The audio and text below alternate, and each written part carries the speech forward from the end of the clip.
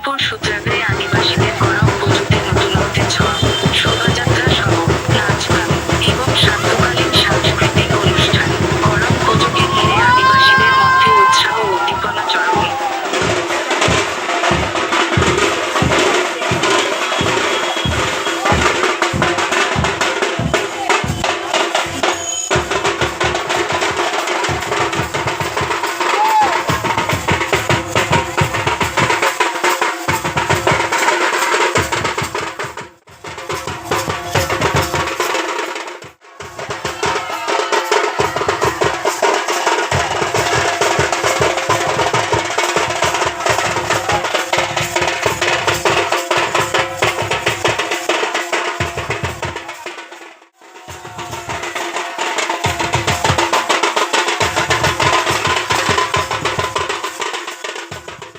কি বলবেন?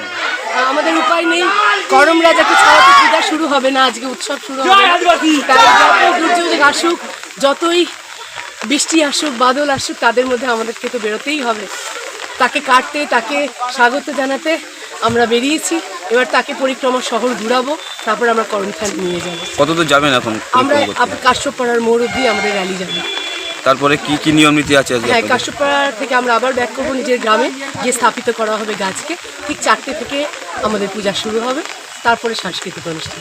কি কি অনুষ্ঠান আছে আজকে? আমাদের বাংলার বিভিন্ন প্রান্ত থেকে লোকশিল্পীরা আসছে, রনপা আছে, বাউল আছে, ম্যাজিক আছে, নানা রকম লোকনৃত্য আছে। আরও আপনারা সকলে আসুন। আপনার নাম আর পরিচয়? আমার নাম মানসী দাস। আমি সবার আমারই কর্ম পরব, ব্যাস আমাদের সকলের কর্ম পরব। ধন্যবাদ।